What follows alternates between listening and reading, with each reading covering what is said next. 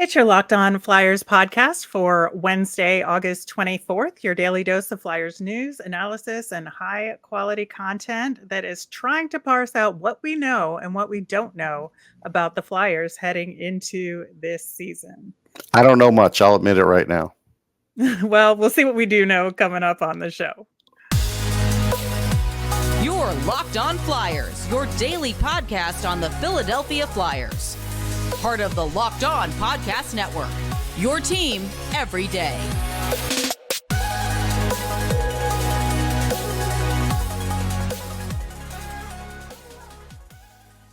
Hello, I am Rachel Donner. You can find me on Twitter at rmiriam. I'm here with the incredible Russ Cohen, who's on Twitter at Sportsology. Thanks for making us your first listen every day. You can follow us on Twitter at Locked On Flyers. That's where you'll keep up to date on all of our episodes and Flyers news. You can also email the show at lockedonflyers@gmail.com. On today's show, we are going to get to a little bit of Flyers news. We are going to wrap up World Juniors, and then we'll get into that conversation. What do we know and what we don't know about the Flyers heading into the season? Locked On Flyers is free and available on Apple Podcasts, Spotify, Odyssey, wherever you're listening. So subscribe. You'll get all of our episodes here on the Locked On Podcast Network. Plus, we're over on YouTube. So subscribe over there and give us a like as well. Russ, the big news in Flyers land was we heard via John Tortorella that Ryan Ellis was doing everything he can to get ready for camp, but he's very doubtful that's going to happen, which we kind of knew, but at the same time, hadn't really heard anything direct from anybody at the Flyers until Torts said something. Well, like our initial thought was we probably will hear something July. We didn't. I'm kind of a details guy, and I feel like this is not really a status update. And I don't think it's great for the fans that they have no idea what the status of this injury is. And I'm not saying you have to tell us everything about what this injury is, but you could say, hey, this is where he is on the process. You know, he's skating every day. He's doing this. He's doing that. Like all we're being told is, hey, he's doing everything he can, but he's probably not going to make it. So it's like, you know, at this point, that does make you think he's not starting the season. And I feel like it puts even more of a shadow on him coming back at all this season, because if they're not willing to tell us sort of where he is in the process, this is the same thing as last year. Yeah, and I think it goes along with the theme of this episode, right? It's like, what do we know and what don't we know? And there's still a lot of question marks about Ryan Ellis. And I think especially with the cap situation, we're all just assuming we're going to use his LTIR to be able to put a roster together. And that will lead to one of our questions and the things we don't know that we'll get to later in the show. A couple of Phantoms signings to talk about, really just some depth, AHL level players, but it's important that the Phantoms round out the lineup because we know with injuries and with everything that goes on, you need, a real strong staple of players to call on. And so they re-signed Charlie Gerard, who's a forward that had 6 goals, 6 assists last season for the team, and Garrett McFadden, who's a depth defenseman. He'll probably go back and forth with Redding, but they were able to call him up last year when they needed help.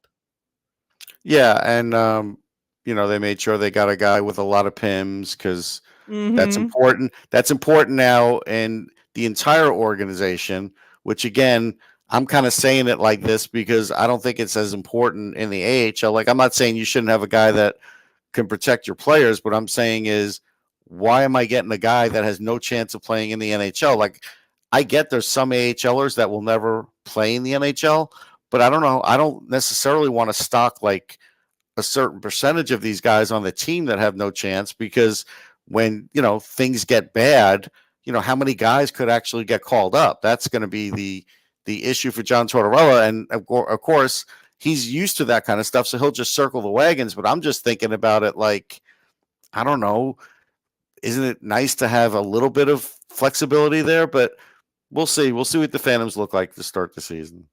Yeah, and that player you're talking about is Jordy Reeve, Yeah. who played for Wilkes-Barre Scranton for the past 3 years, a center, but 112 penalty minutes last year and 21 points. So there you go. I think that's something that I'm not sure the Phantoms need, but at the Is this to same get time, even with Ron Hextall for taking Jack St. Ivany? Is that what this is about? I don't know. It's just, again, AHL I'm just players, asking. I just want to they put that out in travel.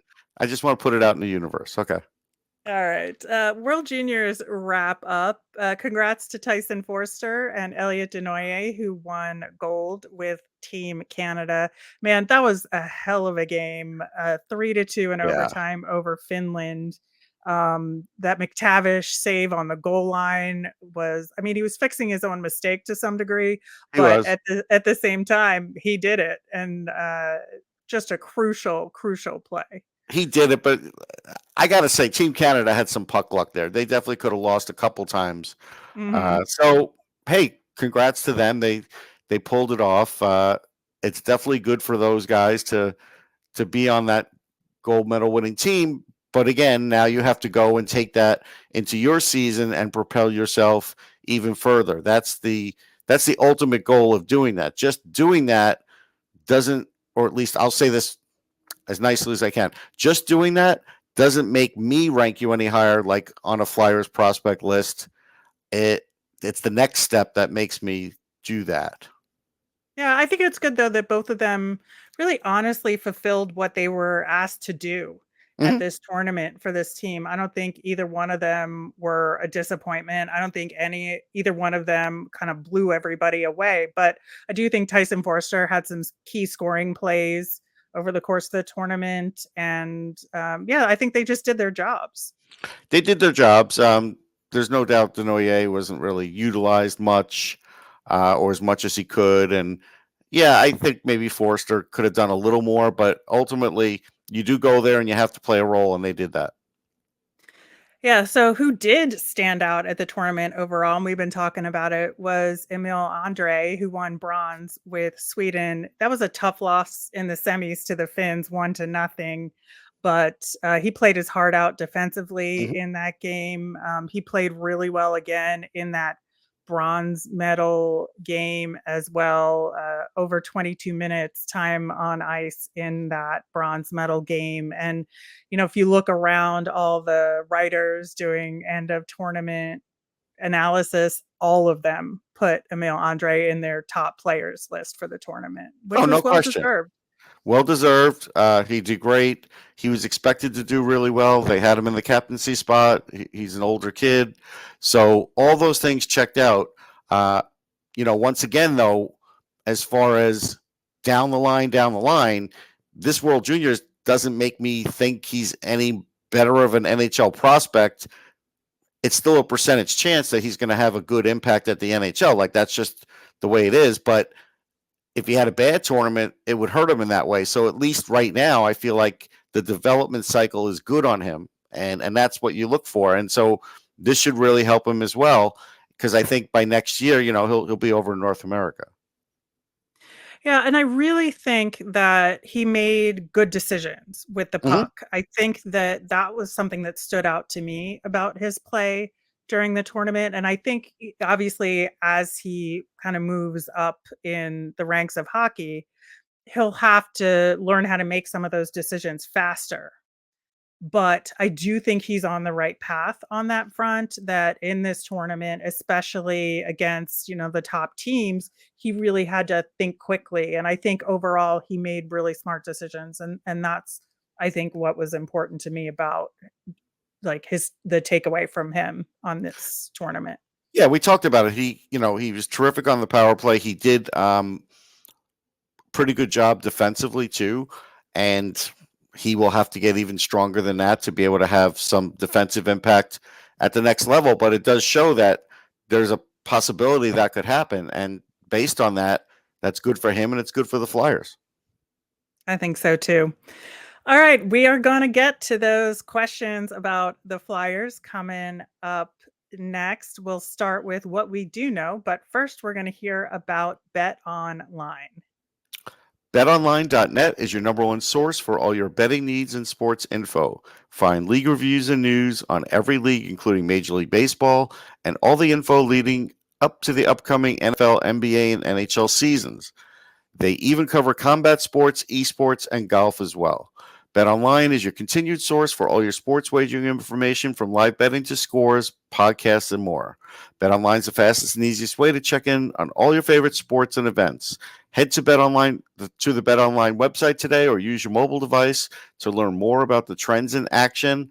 BetOnline, where the game starts. So, starting with what we do know about the Flyers heading into this season, Russ, we did in the first segment talk about Ryan Ellis, and it is a question mark still about if and when. So, but we do know that he's not going to start this season. And so I think what we do know pretty well is that Ivan Provorov and Tony DeAngelo are going to be the top pair. Yeah, I agree with that. That's the way it is, no matter what I think about it, how good it's going to be. I don't think any of us really know how it's going to be, but that's what we're looking at. I just feel like this Ryan Ellis stuff is just it's almost like having Chris Pronger on the team again. And Chris Pronger, now the only thing that made it different was it was towards the end of his career, right? After you found out Right. everything that happened. So it's like, okay, with Ryan Ellis, there was that hope that, hey, he really does solidify this line. And I want to say, towards the 3/4 mark of last season, there was maybe this hope that, hey, with all this rehab and everything put in, that maybe by, training camp, we would have some better results. We don't have any results. That's the part that really has hit home for me. Yeah, and it'll be an interesting pairing. I think the preseason is going to tell us a lot about how Mm-hmm. that could turn out. I do think there's a small caveat to that certainty about Provi D'Angelo, in that just because of the experience he has and the fact that Provi has played with Justin Braun before, Braun could get some of those 5-on-5 minutes and focus Tony DeAngelo on the power play time. I think if they're trying to tweak situational play a little bit, that could come up where Braun gets moved up for some shifts here and there to fill in at 5-on-5 for defensive reasons. Yeah, no question. Late in game, late in periods, I fully expect Torts to do that. I mean, I hope Justin Braun comes in the quote unquote best shape of his life. You know how players always say that as they get older, because he's going to have to, because Torts is gonna use him more than anybody's used him in the last 2 years. Yeah, I have to agree with you there. And continuing our theme on the blue line, at least one of the starting lineup defensemen has to be Cam York or Nick Seeler due to cap space. It's just a question as to which one Tortorella is going to go with. It's funny. Like, intellectually speaking, Cam York's the answer that should come out of our mouths. But for Of some course. reason, if John doesn't see what he wants to see out of him and just feels like he needs a little more work, and he likes Nick Seeler elbowing guys in the head, he might go that route. I can't say it's an impossibility, and that's fine. Whatever. If he wants to go with toughness, I don't think, in the grand scheme of things, it would hurt Cam York if he didn't start the season with the Flyers. Like, if they had him in Lehigh and he was doing everything as a number one, fine. It's not the worst thing in the world. It's really not. If Seeler comes in, Cam York will be up soon enough anyhow, because I think, Torts will have he'll have fun with Seeler for a month or two. He'll like the toughness. He'll realize in his own end, not so great if you put more minutes on him, that he's, an NHL depth defenseman, but he does have a chance to make it here. And, that's why he signed the contract that he did. Yeah, and, as much as I would hope that it's Cam York, like you said, this sneaking suspicion that Nick Seeler is going to sneak into the lineup.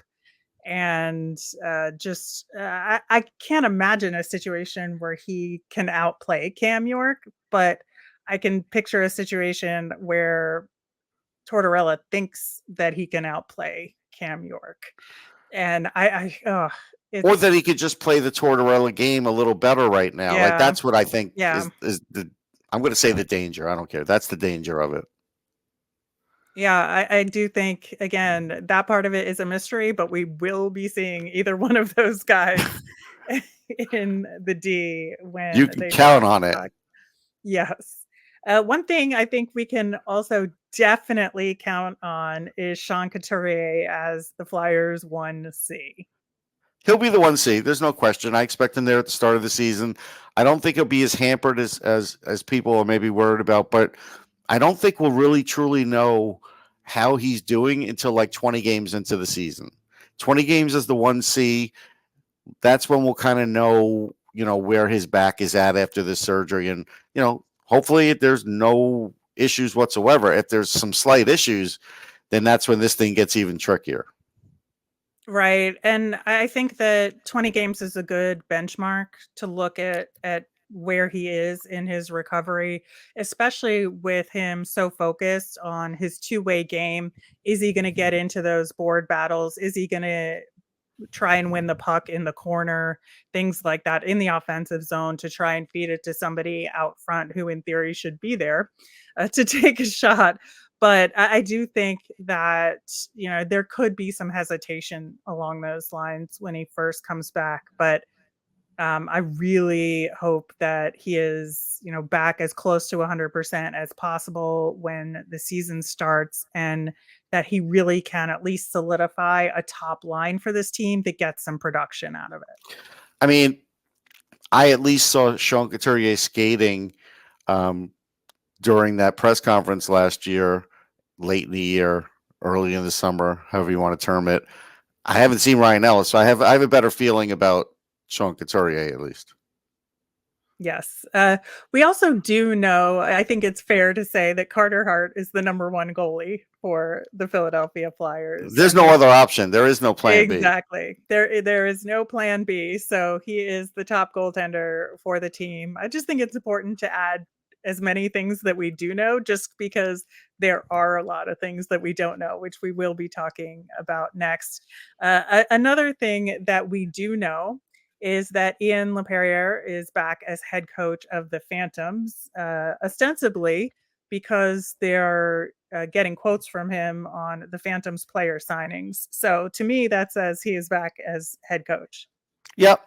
And this is a big year for him. He's got to do better than last year. His team has to start showing improvement, start showing that there are some players there that could be called up at any moment, either via injury or just if the Flyers need help. And last year there was a big issue with that.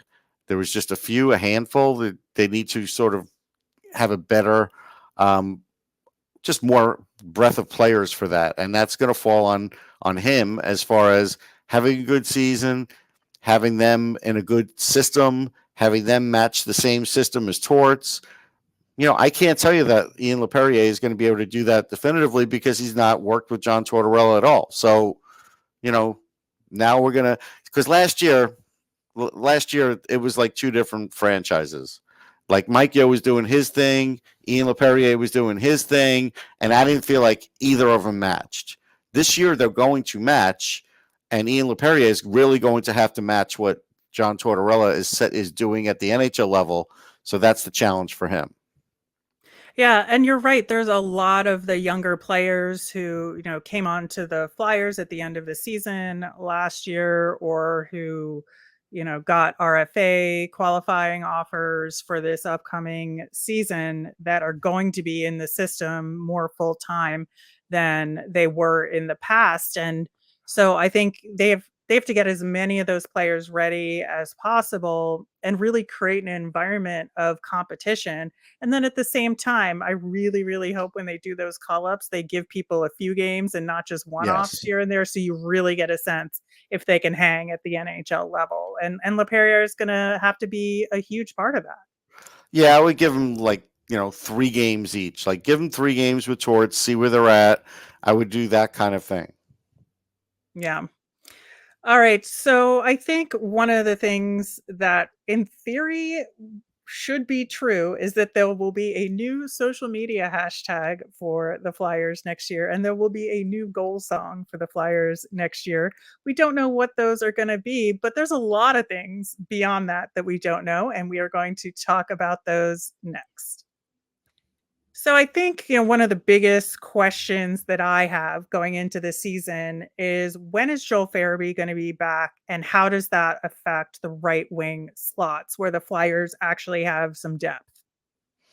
Well, I mean, if Farabee's not there, Konechny is going to be on the top line. That's for sure. If Farabee's not there, I think Lawton maybe is a wing then too, because of that. Maybe Cates turns back into a center because he's really like a left wing or center. He can do it. So I think those are some of the things that have to get looked at, and that maybe someone like Radcliffe has a chance, but we'll see. We'll see what he looks like in preseason. I think it's a little soon for Foster. Radcliffe is a little more experienced. So I think those are, what your options are. With Farabee, I think Owen Tippett moves up as well. I guess. I guess fine if you want to do that. I don't know if that's a great idea because he hasn't proved it yet. Now, if he's proved it in preseason, great. Then move him up. But if not, I don't know. But what I was going to say about Farabee is this. He had the same thing as Jack Eichel. Now, he had it sooner than Jack Eichel, and Eichel definitely forced himself back into that lineup, and he really wasn't himself for a while. There is no reason for the Flyers to rush Farabee here. So even if it's, a month and a half, that's fine by me. Yeah, I think so too. I think that with this scenario, it does create a spot for maybe one of the younger guys to get some additional time. And Yep. I just hope it's in the right way with the right usage. And speaking of that leads you to the fourth line. And I think that what we don't know entirely is what is the tone going to be of that line. Because if you have a McEwen and Delorier on there at the same time, we know what that means, right? It's more of a physical, grinder line as opposed to a line that's going to put up at least a few points every now and again, right? But is it going to really be a developmental line where you can give some of the younger kids ice time in the NHL in sheltered situations? It's not going to be a developmental line. I will go so far as to say that networks are probably going to feed off of this and make this the identity of the team when they show, well, we're playing the Flyers next week, and they're going to show their, checks into the boards, whatever fights they have. Like, I fully expect this to be the branding of the team. It's very possible. I'm very curious how heavily they lean on that, right? In terms of their play on the ice and the marketing side of things. I could see a name for the line. I could see T-shirts, and I'm not making this up. I'm not saying this to be a smart aleck. I just feel like this is the direction. This is going to be the most positive part of the team. That, hey, you're not going to push us around even if you're going to beat us. And so I do just feel like this is going to be like, their identity. Yeah. Another question for me, and we alluded to it already, is Scott Laughton. Is he going to step up and take a second line spot on the wing, or is he going to be on the third line? And are they going to rotate him into the center position? I think he'll step up and be a second line guy. I think Torts will rave about him. He's like a Torts kind of guy. So I think Torts will place him in that spot somewhere on the second line, and that's fine by me. I mean, we'll see how he matches up in a Torts system. Maybe he could do a little better, but that's it. He's going to be that guy that he likes. There's nothing not to like about Scott Laughton, and I think Torts will rave about him, and I fully expect this to happen. And I think he works really well with Hayes and Atkinson, who are Yes. likely the rest of that second line. I think it's a good balance of skill and especially with Atkinson being a shooter, Scott Lawton, I think could really kind of learn from the two of them to some degree, and it would be a good combo, I think. Yeah, I have to say the important thing about that second line is Kevin Hayes has to really come in, really looking sharp, really playing his best hockey right out of the gate because this is a new coach, and John doesn't care that you're whatever kind of money you're making. You might have financial security, but he's not going to have security on that second line if he's not playing well. That is for sure with Torts. All right. The other question I have is, will the Flyers have a full 23-man roster, or are they going to have to skimp on it again for cap reasons? I think they'll have a full roster because I don't expect Ryan Ellis to come back. So if that's the case, I think it'll be a full roster. If he makes this amazing comeback, then we're going back to, the Hextall days where you're running short. But I think my gut tells me for now, they're not going to run short. I think so too. I think you're right that as long as we have that LTIR on Ellis's salary, they can fill in the roster and actually have a full 23, which will be nice, having a little bit of cushioning there as opposed to having to do paper transactions every single day in order to gain some cap space. But we'll see how that turns out. And another random question I have is, what's up with Patrick Brown? Like, we never hear his name mentioned. You'll hear Torts. Torts will like him because he'll win faceoffs and he'll be tough. He'll be the fourth line center, and I feel like the younger guys are going to have to step up and be able to play on the third line. I feel like this is like a position carved in for him, based on the coach and what he's looking for out of players. Yeah, I think you're right. I do assume he'll be in that 4C position, but he's just kind of like one of those guys that people never ever talk about. So no, I'm probably nobody's buying his jersey, but he'll be there. No, he will. Any other questions that we have going into the season? Honestly, have they done any changes with the medical staff? Have we heard? That is a very good question, and I don't think we have heard yet. Somebody followed up on at some point in one of the press conferences, and there wasn't a clear answer on that front at the time. But we have not heard anything since then. To me, that's a big question. Yeah, it is a huge question, and how are they going to manage injuries this season, and what's the communication going to be like about it? Absolutely an important question that the Flyers should have already answered, but have not. So we'll see how that goes. Wrapping up with our Flyers fun thing, the Reading Royals debuted their new jersey for this upcoming season, and it is gorgeous. I love it. It's smoking. To steal a Jim Carrey line, it's smoking. It is. It's just like the perfect royal purple. And I love the lion graphic with the crown. And they've got a Phantoms logo on one shoulder and a Flyers logo on the other shoulder. So I just hope Mason Millman's not modeling it to start the season. Just like little bits of orange highlights in there with like the sleeve stripes, just to let you know that it's a Flyers affiliate. But the purple is what stands out, and I love it. No, they did a great job with it. Whoever's responsible, good job. Exactly. All right, that will do it for today's show. We're going to be back again on Friday. We are continuing our series checking in on the Metro teams, and we are going to be talking to our friend Dan over at Locked On Capital. So that should be a lot of fun. Join us then. As a reminder, we always want to hear from you. So send in your mailbag questions via Twitter at Locked On Flyers.